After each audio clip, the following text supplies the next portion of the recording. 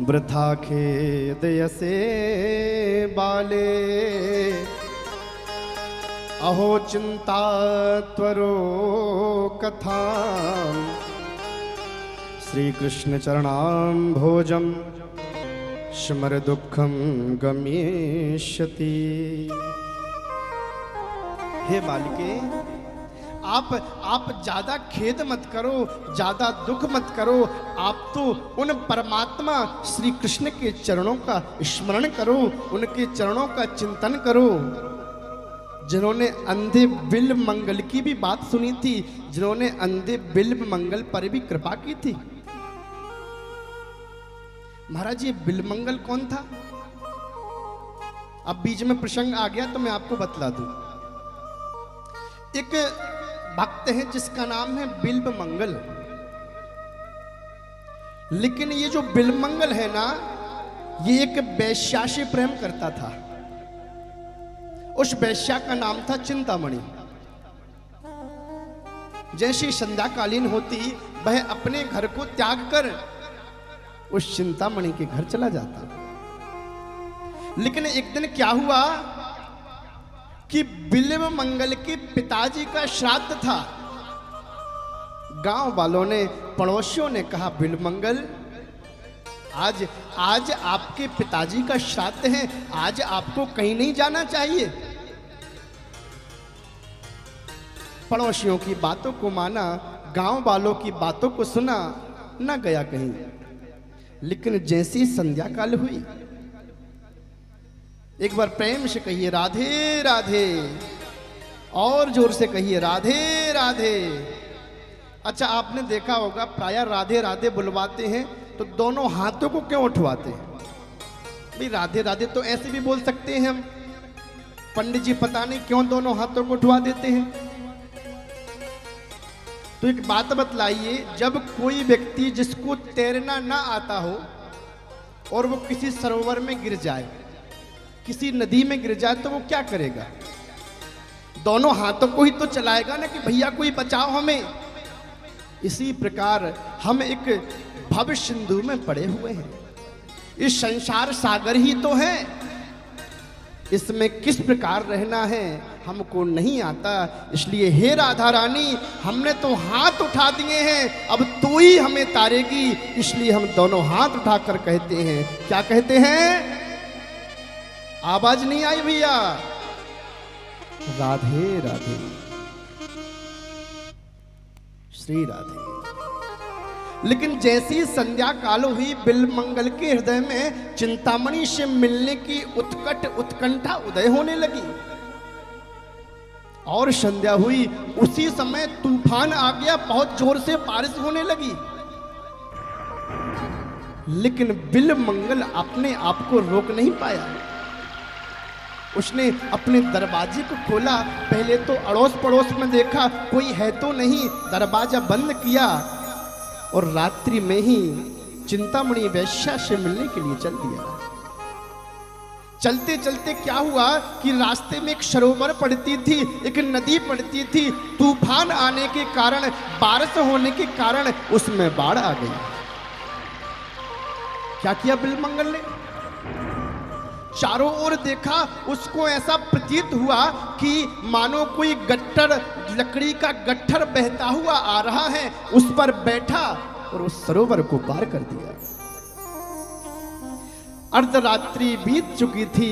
बिल्व मंगल चिंतामणि के कक्ष के समीप पहुंचा, आवाज लगाई, चिंतामणि, ओ चिंतामणि। सब सो रहे हैं। अब उसने क्या किया, जो चिंतामणि का महल था उसके चारों ओर वह घूमने लगा, तो पीछे की ओर जाकर उसने क्या देखा कि मानो छत से कोई रस्सी नीचे लटक रही है। उसको पकड़ा, उसको पकड़कर वह छत पर पहुंचा और जो प्रधान कक्ष था चिंतामणि का, उसके जाकर दरवाजे को खटखटाया। चिंतामणि, दरवाजा खोला चिंतामणि ने। अरे बिल्व मंगल, तुम इतनी रात्रि में? बिल्व मंगल मंद मंद मुस्कुराते हुए कहने लगा, चिंतामणि, मेरी ही नहीं अपितु तेरी भी मुझसे मिलने की इच्छा थी।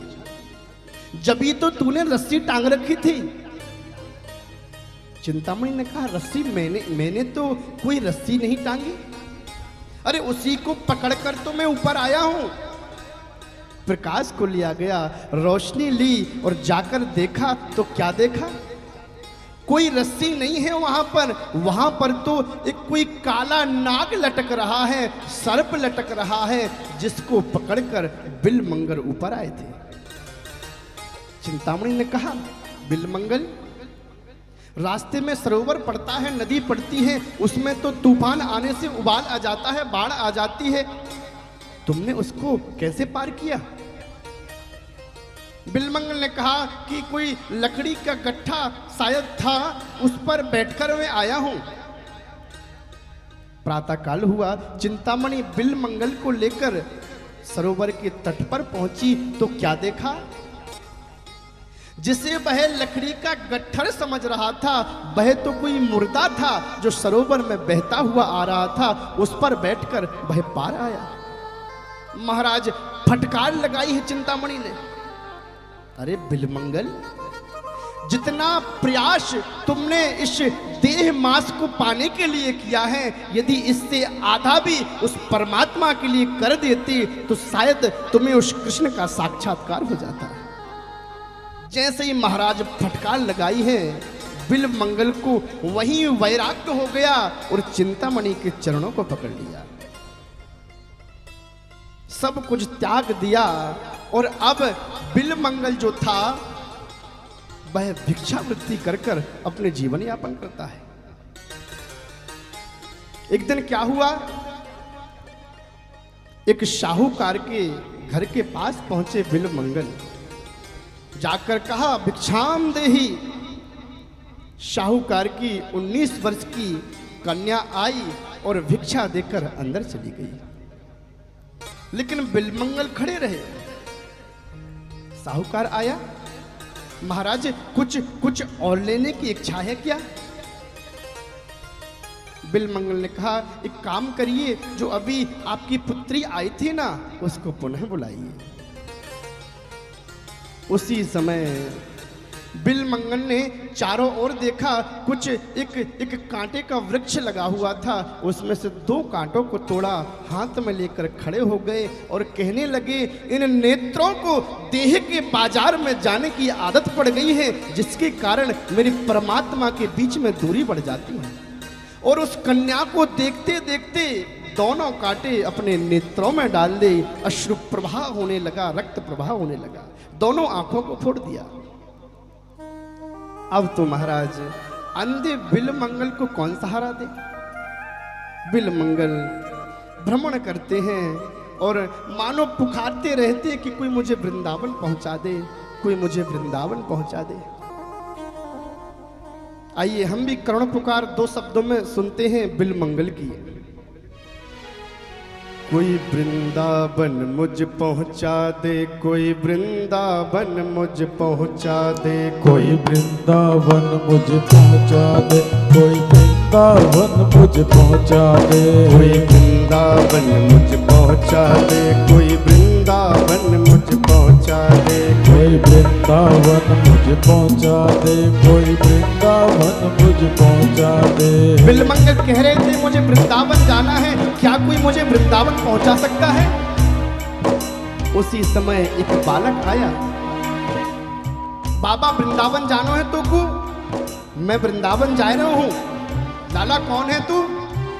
बाबा मेरा नाम गोपाल है, गोपाल, मैं बकरी चराऊं, लेकिन तू को कौन सा वृंदावन जानो है?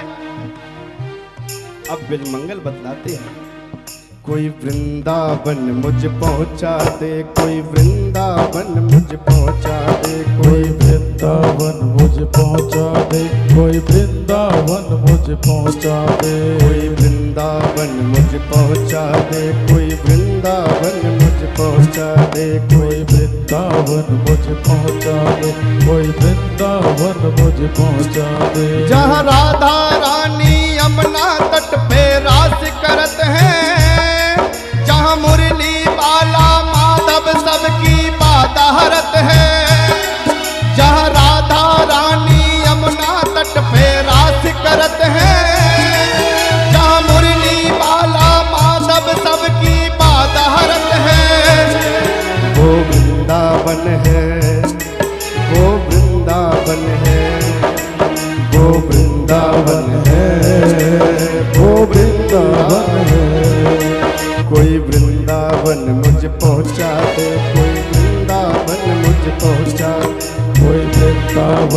मुझे पहुंचा दे, कोई वृंदावन मुझे पहुंचा दे। महाराज कह रहे थे कोई मुझे वृंदावन पहुंचा दे, कोई वृंदावन पहुंचा दे। वह गोपाल जो बकरियों को चराता है वह कहने लगा बाबा मैं वृंदावन को ही जा रहा हूं। अच्छा लाला, लेकिन तू मुझे कैसे लेके जाएगा? बाबा एक काम कर, तेरे पास जो लाठी है ना लाठी, या को एक सिरा तू पकड़ लियो और दूसरो सिरा मुंह को पकड़ाए दियो। ठीक है भैया। अंधे बिल मंगल ने जैसी अपनी लकड़ी को उठाया है और लकड़ी का एक सिरा जैसी उस गोपाल ने पकड़ा, बिल मंगल के रोम रोम रोमांचित हो गए। अरे अरे ये कैसा अद्भुत बालक है जिसने मात्र लकड़ी को स्पर्श किया है, मेरे रोम रोम में मयूर नृत्य कर रहे हैं, आखिर ये कौन है?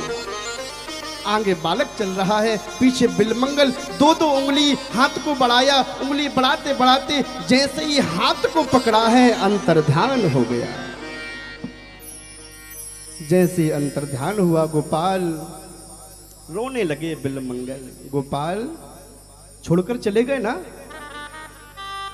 और करुण पुकार करके क्या कहा? हाथ छुड़ाए जाते हो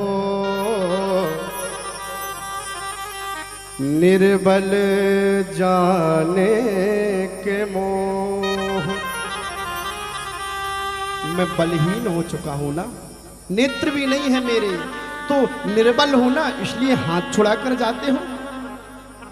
हाथ छुड़ा के जाते हो निर्बल जाने के मोह, पर हृदय ते जब जाओगे तो सबल कहोगो तो। अपने आप को बहुत बड़ा बलवान समझते हो क्या? यदि इतने ही बड़े बलवान हो तो मेरे हृदय से जाके बतलाओ, जब मैं आपको बलवान मानूंगा। तुरंत मेरे बांके बिहारी जी प्रकट हो गए और अंक से भर लिया उस अंधे बिलमंगल को। बोल भक्त वत्सल भगवान की जय।